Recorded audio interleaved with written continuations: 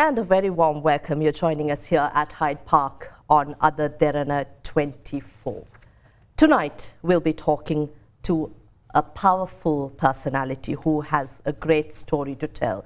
But more than the story, I think it's how he inspires new leaders and what he has to share tonight to those who want to innovate, invent, and of course, protect what you invent. I've invited to our studios here at Hyde Park to a man who has spent nearly 5 decades at the frontier of telecommunications, satellite systems, wireless infrastructure, and the invincible frameworks that keep our modern world connected. Of course, he has more than 130 patents in his name in the United Kingdom, in the US mainly, Canada, and Europe. And I think this is a significant achievement. But more than ever, it's important that we here in Sri Lanka talk about not just these patents, but the journey, what inspired to become so important in this industry, and also how we can put Sri Lanka back on the map. He is an engineer and innovator, of course, a chartered engineer, connected to the Institute of Engineers Sri Lanka and a fellow for more than 3 decades, and in the UK, a fellow and chartered engineer of the Institute of Engineering and Technologists, and also senior member of the Institute of Electrical and Electronic Engineering of the United States, IEEE. Now this is the world's largest professional engineering organization. A very warm welcome to you. Ayubowan. Good afternoon. Good afternoon. Good to see you, Mr. Don Hemachandra Gunasekara. Thank you for inviting me. Indeed, a pleasure to have you here. One might have thought you're not from Sri Lanka to hold 130 patents in your name. Right. You were born in Atturugiriya? Correct, yes. And you left for the UK in 1975? And 1970, actually, 1972, but your career began at, I think, in 1975, Correct. if I'm not mistaken. Yes. 49 years or 50 years? Yeah, close to 50 years. Yes. It has been a great journey, but I think while we celebrate your journey, it's important to talk about what inspired all this, from Atturugiriya to the US, Sure. and to have 130 patents in your name. So, I was born and partially raised in Atturugiriya, my hometown. And then when I was almost, I would say, about 8 years old, I moved with my father's youngest brother, who had been a planter and a kind of an inventor, because his business was rice mill and agriculture. So there were plenty of equipment at home, tractors and rice mills, parts, etc., that I enjoyed seeing and trying to find out how these things works. In addition to that, we had other kind of electronic equipment, like all radios and a few other items like bicycles. So I used to kind of take them apart and find out how these things work. That is where my kind of curious mind was conceived. Okay? And then from there onwards, I had the opportunity to go to grade schools. I was a student at Malido College, Coronagala. And after my A-levels, then I depart from here to go to UK for higher studies. So I went to few colleges over there, Twickenham, Middlesex, as well as the University of London, Brunel campus, Loughborough University, and in the US also Florida Atlantic University, where I had the opportunity to get to know quite a few upfront technologies, electronics, wireless engineering, satellite. And after my graduation, I started working for several companies in the UK. I started with the General Electric Research Center in Wembley for a couple of years. Then from there, I transitioned into another major telecom giant in the UK called ITT, International Telephone and Telegraph in somewhere around 75. And later that was renamed as a standard telephone and cables. And there were quite a few telephone exchanges that were designed and built in the UK. You find them in somewhere around, I would say, early 70s in Sri Lanka. Then it was Post and Telecommunication Ceylon or Sri Lanka, now which is the Sri Lanka Telecom. Okay, and then from there, having worked there almost about 14 years, I had the opportunity to go to Canada with the same company. They had a branch in Canada. Actually, we were bought by another telephonic giant from Canada, a company called Bell Enterprises. Their engineering and the research division was Bell Northern Research as well as Nortel. We had somewhere around like 60,000 staff. Out of that, I would say about 10,000 of them engineers. So where I kind of excel in my wireless and the landline telephony system and the technologies. And from there, I had the opportunity to be, moved into senior management from being a group supervisor right up to the executive director. And having worked for design, development, and manufacturing for about almost 20 years, that was the time for me to look for a transition. So having worked with design, development, and manufacturing, where our customers were telephone operators, I was slowly got the recognition from them, and then some of them invited me to come and work for them. So from UK, I had the opportunity to move to Boca Raton, Florida, to work for Siemens Communications. That's back in 1990. And then from there, after I would say about 6 years with Siemens, I became a US permanent resident. And then I moved over to some of their headquarters in DC, Washington, DC. One of their customer had been a company called Iridium Satellite. So where I had the opportunity to develop their technologies and subsystem back in, I would say, early 1990s. And I joined them, Iridium Satellite, as a kind of mid-level manager. And then it had been a startup, the world first data and voice satellite company. The technology was low Earth orbit, we call it LEO. Today, there are quite a few of those satellite operators. And beside that, the Iridium was the first one, so we were so proud to work for them. And then from there, it was a great opportunity for me to get into more or less the customer side. Right. Because before then we were on the design and development. And from there, it opened me to get to the rest of the satellite world. So I worked for another about 3 to 4 different satellite companies. And wherever I used to work, from my development to operation, I was always looking for how can I do better in my on the technology side as well as on the career side, right? So there were a lot of improvement that we could do. That is where the patent kind of desire came into my mind. I'd like to speak more on that, especially because we hear many youngsters who are creative, who think out of the box, who want to produce solutions to existing problems. Right. What intellectual property really means. But before we go there, I want to ask you how really technology transitioned over these years.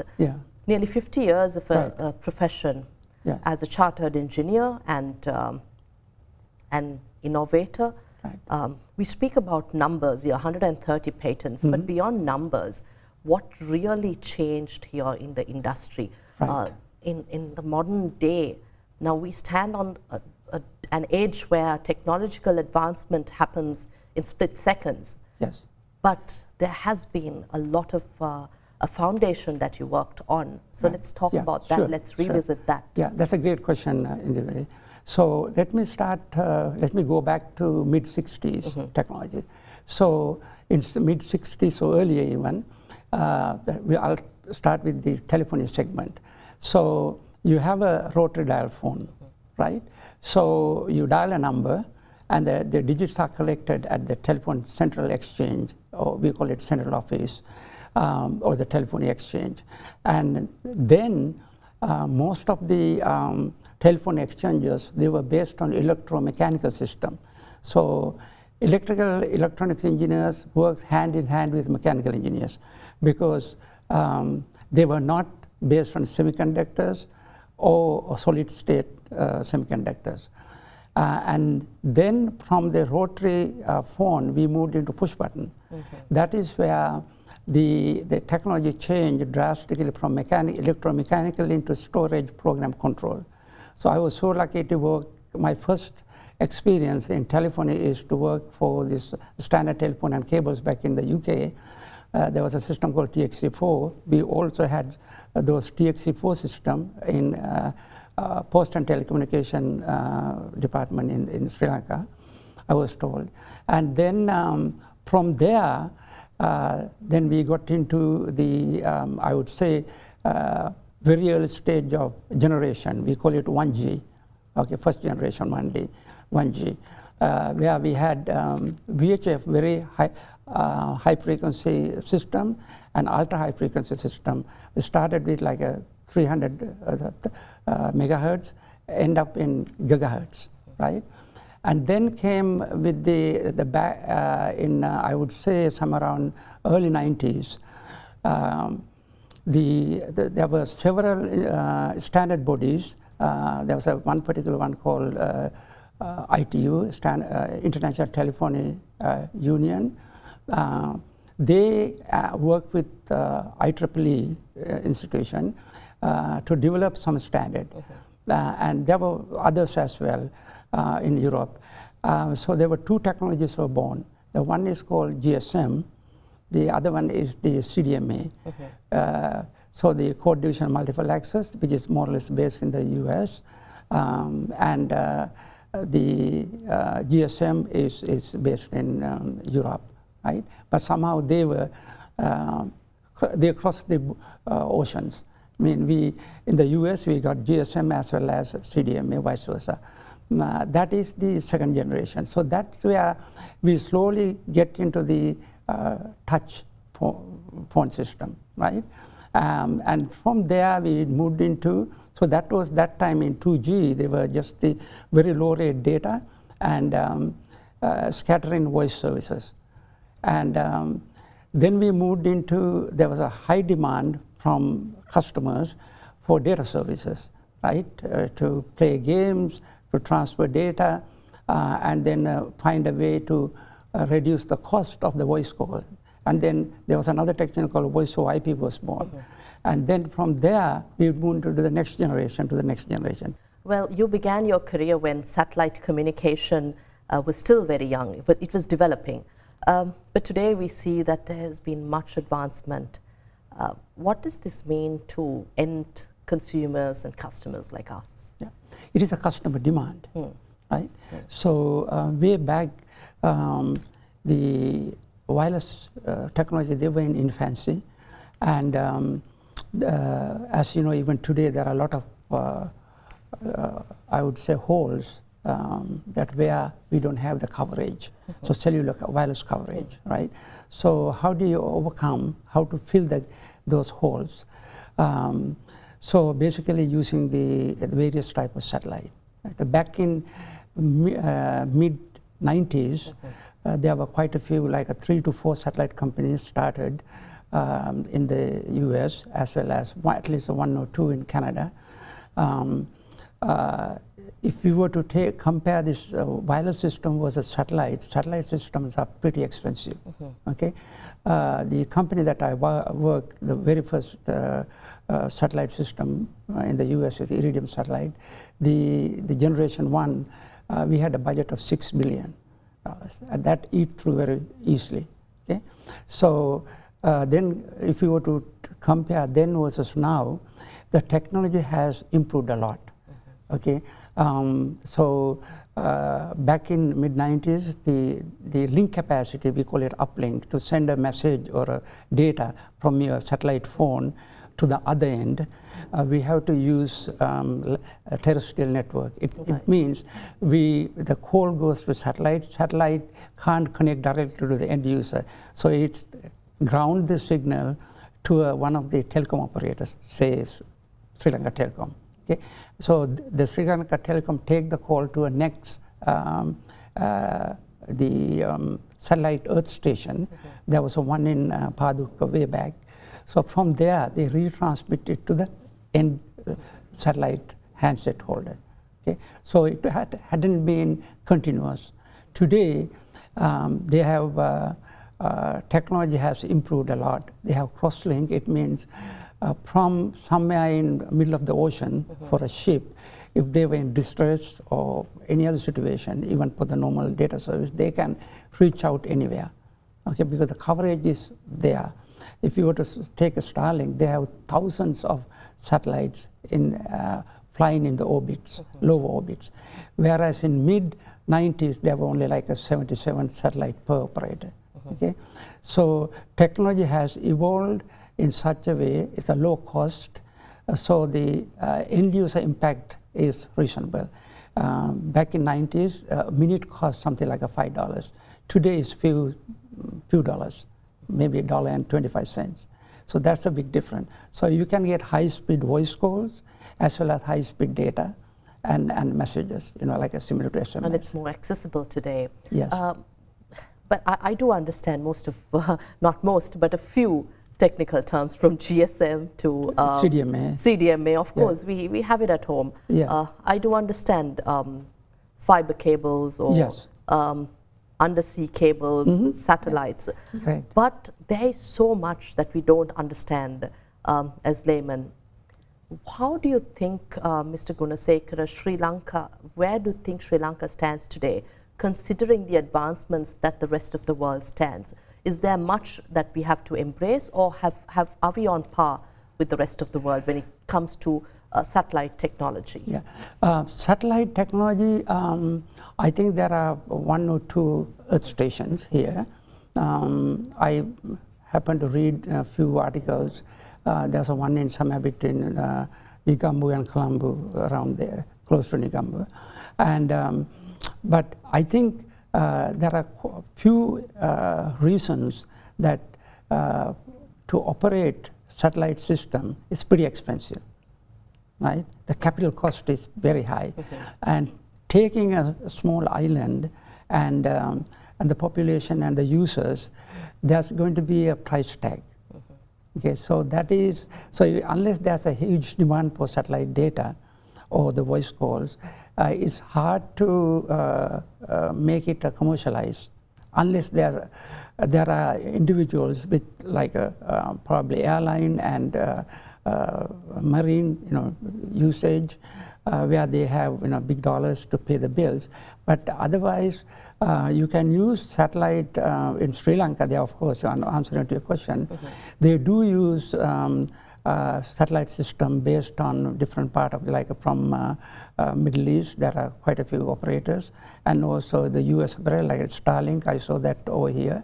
There are individual companies. They are kind of marketing and they are representing those satellite operators. So they do have a service here, but I would say that at a cost. So for everyone to use it, there should be a big demand, and then there should be a way to reduce the cost. I think that is a common issue everywhere.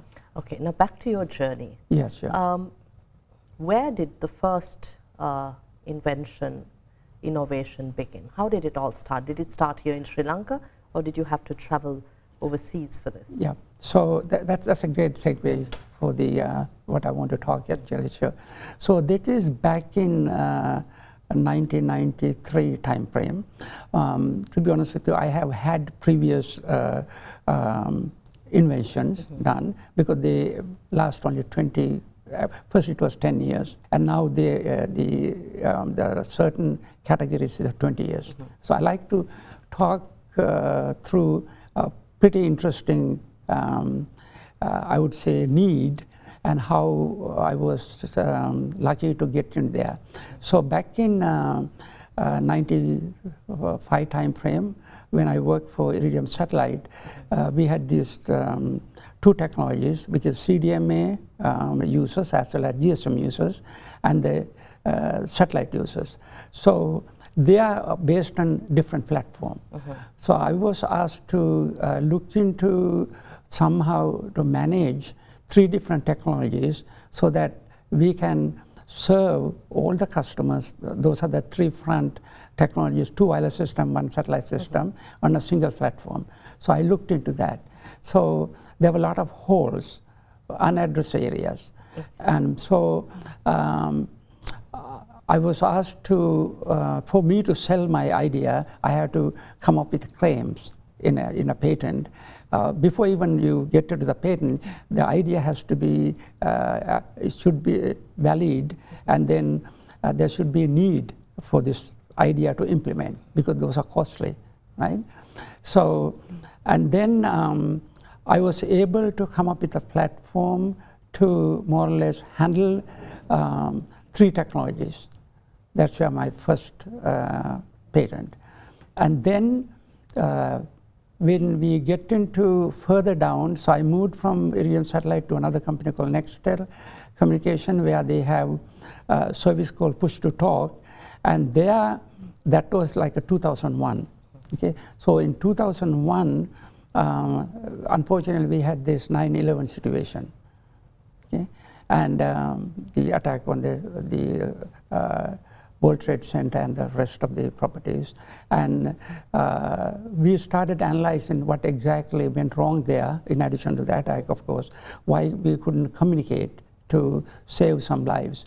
So it was pretty obvious that different agencies like fire department, emergency medical team, police, and other troops, they were independent platform. They were on the because one company, they were using the different frequency band, and give an example, very high frequency system radio. Another group, they had the ultra high frequency UHF. Another one was in the infancy of the CDMA and the GSM, so they couldn't cross talk, right? There were not a single platform that provided seamless connectivity to all the parties, all the agencies. So there was a huge demand. So then I took my first invention and looked into how to more or less facilitate multiple technologies, because my first one was just the GSM, CDMA, and satellite. Now we have the UHF technology, VHF technology. Those are on different spectrum, as I said, and then the satellite technologies. So I drafted the requirement, prototyped them, of course, with the blessing of the senior management, because these are pretty costly way to implement something. And then from there, since this hadn't been existed before, there was no prior art, never implemented. So I was able to get the first patent. Your first patent? Yes. Okay. Yeah. Okay, and then from there on, yes. I believe curiosity, original ideas yes. Led you to securing intellectual property rights. Correct. But yeah. I want to understand, from an original idea, yes. from the need to find a solution, as you said, to an existing problem. Right. The protection of your ideas, how important is it? Right. And what platforms, what countries really ensure you have such protection to your original creative ideas Right. and inventions? Sure.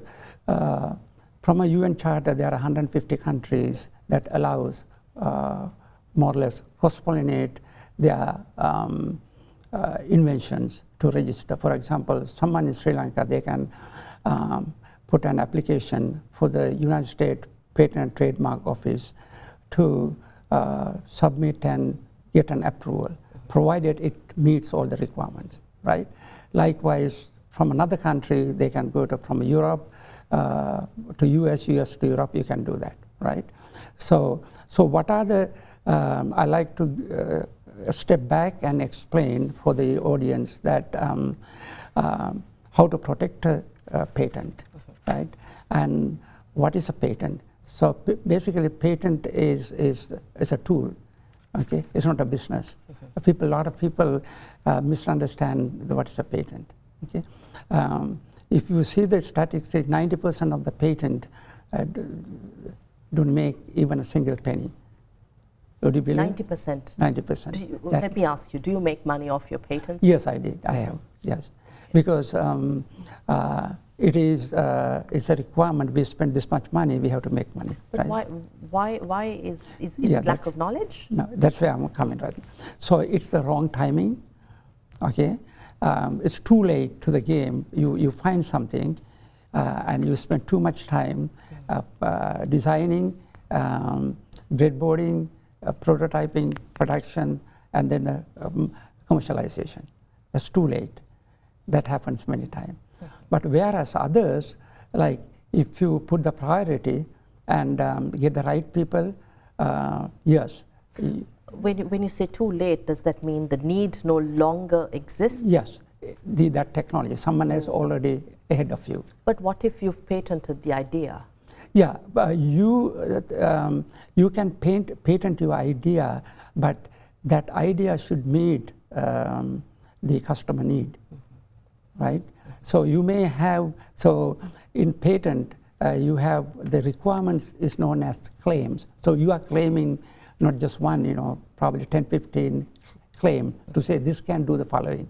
My invention can do the following. But if these claims aren't a requirement for the customers, you have no value in the marketplace. Yes. That's where things go. You're talking about what a patent is, yes. Yes. So patent, there are 4 pillars in a patent. Number one is your idea has to put it on the pen and paper, right? So we call it documentation. So you have to document in such a way, you have to develop the system architectures, subsystem architectures, whole flows, event flows, to make it that it is a solidly formed idea. Still you don't know whether it is patentable. So that's the one, is the documentation. The second is the novelty. Novelty has to be new. I mean, it has never been produced, developed, patented before. So you have to do the search. There are several tools, and even I was going through the Sri Lankan patent office. So they are pretty, in compliance to the international standard. So these patent organizations, the government-owned patent supporting organization, they do have tools to find out whether your idea has been patented already. Okay, so that is where you differentiate the novelty versus the existing. And the language is called prior art, right? Prior art. Prior art. Yes. So the third is the non-obviousness. The non-obviousness is basically tells you, well, you have to be really smart to develop the platform. It's not an easy task. And no one can copy it as well easily. So it comes with proprietary algorithms, mathematical derivations, and statistical data that you have developed. And then the last one is the usefulness. You can have a patent, as I said before. You spend $20,000 on the patent, and you make only $2,000, right? Because whoever buy your patent see, well, this guy is pretty smart designing it, but the value is not there. He won't be able to sell it, he or she. And then there are a lot of organizations come after patent to buy, and then they go and sell to another third party. So those are the 4 pillars you have to. So once you meet these 4 pillars, put the pillars in place, and then it's like you have an empty land with a deed. It has very little value, right? But it all depends on what you built on that land. So what I'm trying to say here is you get the right patent, and then if the patent can support the development of a product, then that is what it matters. I think from original ideas to owning your ideas, from innovation to protection, that is what we're talking about here with Mr. Don Hemachandra Gunasekara, an engineer, innovator, and the owner of over 130 patents in the US, Canada, and Europe. We'll be right back on Hyde Park as we speak about the Sri Lankan who has gone global with ideas, original ideas.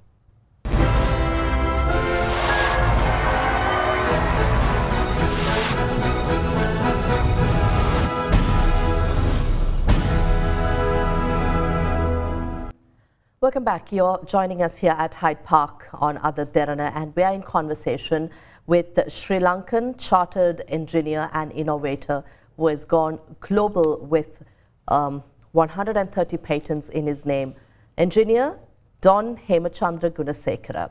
I want to go back to your childhood. Yes. Maybe not childhood, but where you began thinking, where your ideas turned into solutions and patents maybe a few years later. Yeah. What really led to that kind of questioning? Yeah, sure. So as I mentioned before, Indeewari, that I'm one of those who is very curious about things, especially gadget, right? So back in, I would say, late 50s, I was probably 8 years old. When you were still in Sri Lanka. Still in Sri Lanka. And so, there were other kids who enjoy playing things, like soccer or football or, cricket and etc., or other little games. But in my case, somehow I kind of always want to know how these things are made, right? So my family had a bike, push bike, pedal bike, and then it had a dynamo and a headlamp. So I had another kid, probably a year younger than me.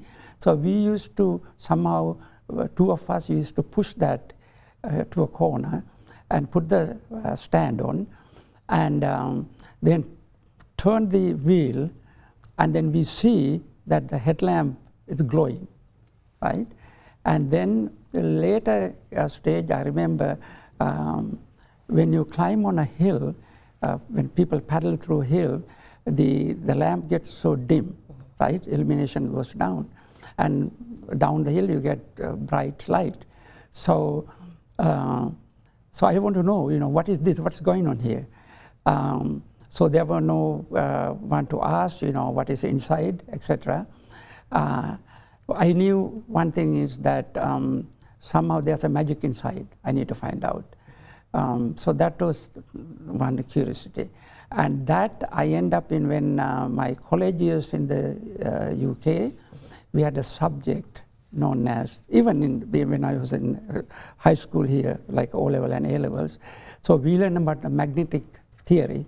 Okay? So this dynamo is all about the magnetic theory and electromagnetic force. Because as we crank the wheel, the change of the brightness is related to the variation of the electromagnetic force and the current that produces. So then we had, I remember we had a radio, a couple of radios back then. It's a round face. I don't know whether they are in a museum or somewhere here, but We had two radios, one was by Philips, the other one is a Grundig, the German and a Dutch one. I used to meddle around that, and then I kind of damaged it, and later found out how this thing works. Okay? So curiosity is very important. Unless you have a curious mind, rather than being told, you memorize things, that is not what's going to help you. So you really have to be curious about what's around you. So do you think that kind of curiosity was encouraged at home, or was it the education that you received? I think it is something self-managed, I would say. I don't know whether it's a kind of born talent or what not. But before I kind of started my O-levels, I had a pretty good understanding as to how the magnetic things work, how the electricity works, and then that is environment as well. So from there, I was so keen to carry on with the magnetic theory, which is fundamentals we learn at the schools in kind of O-levels, and then advance into the A-levels. But back in the college, I had the great opportunity to work on the equipment to make the magnet as well as the electromagnetic force generated in small generators, as well as to use the energy to run the motors.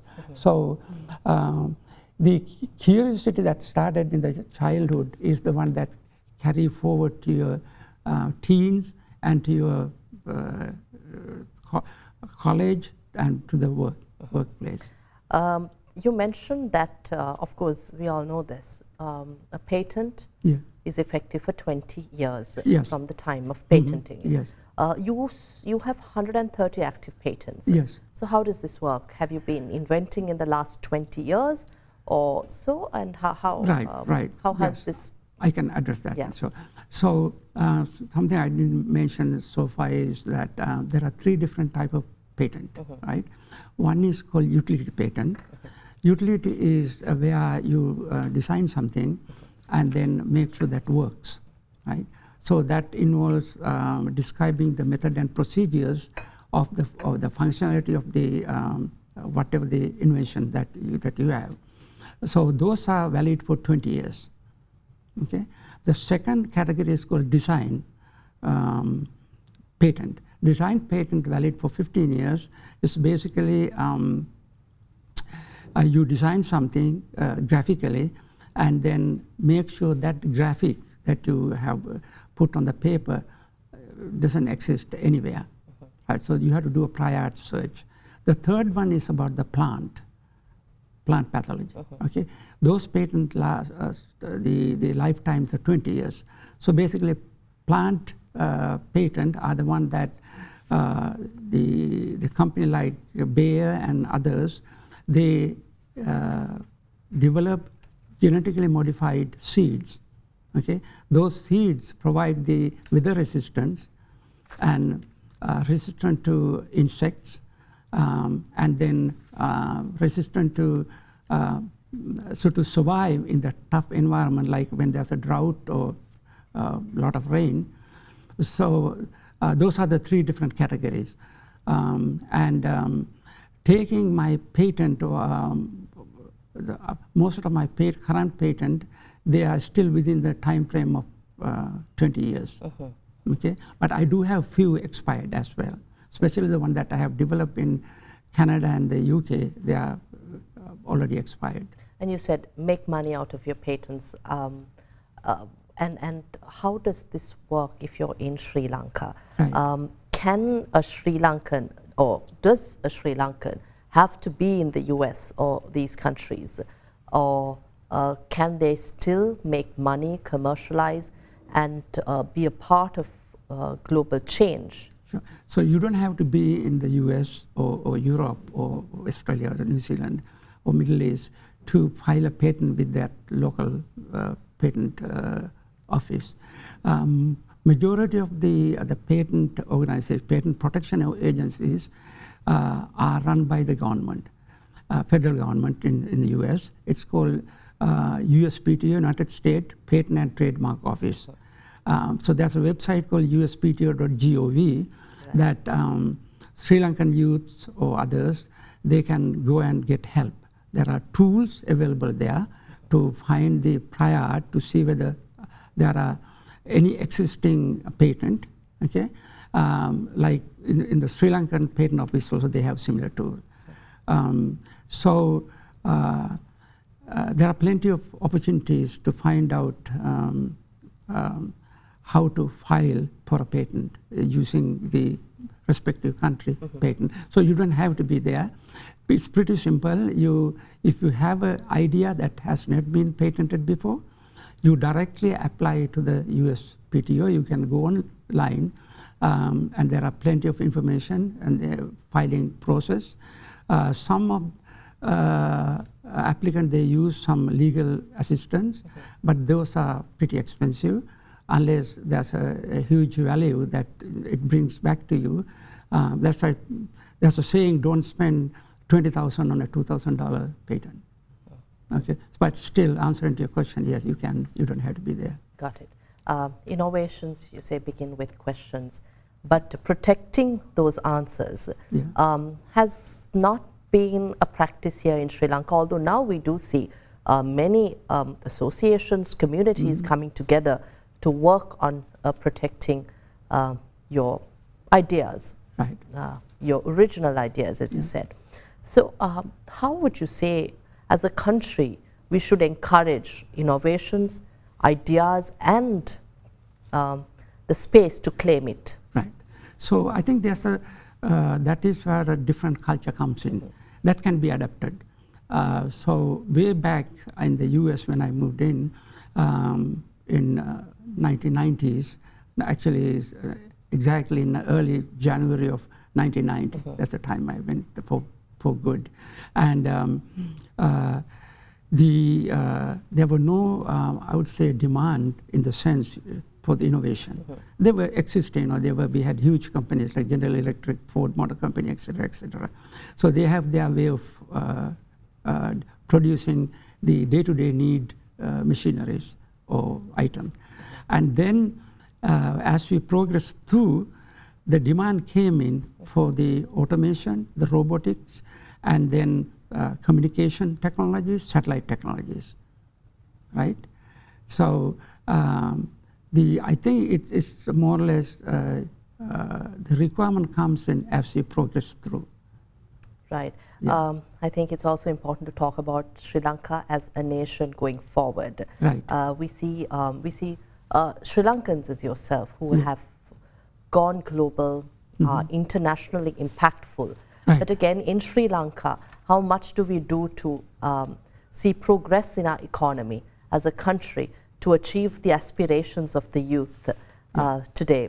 So in turning a problem into an answer, a solution, and then claiming it and patenting it, and innovation, this culture we spoke about, but as an economy, being an innovation-driven economy, I think a lot of fundamentals are required here. Right. So how do you think we should approach it from a policy perspective, whether it's education, whether it is at university level, and also from a culture angle, how do we address it? So the little that I know of Sri Lankan, I would say the current generation, I have few, I'm pretty close to some individuals, the new graduates and also those who are in their mid-30s, running the business, their own software engineers, the service companies. So I think the one area that you really need to introduce is the startup. Okay, if you were to take the US, take any company, Amazon, Microsoft, Google, Alphabet, all those had been startup. Started in a garage somewhere, right? So that startup culture to introduce not easy because that's a calculated risk. You don't know whether you're going to make money or not. But if you were to if you are able to take a risk, and if you know who are the leaders in this particular startup, people, the investors trust. So that is the I think, message we need to take to the Sri Lankan investment community. And then also try to educate investors to work with entrepreneurs and then the innovators, because investors and innovators has to work in hand.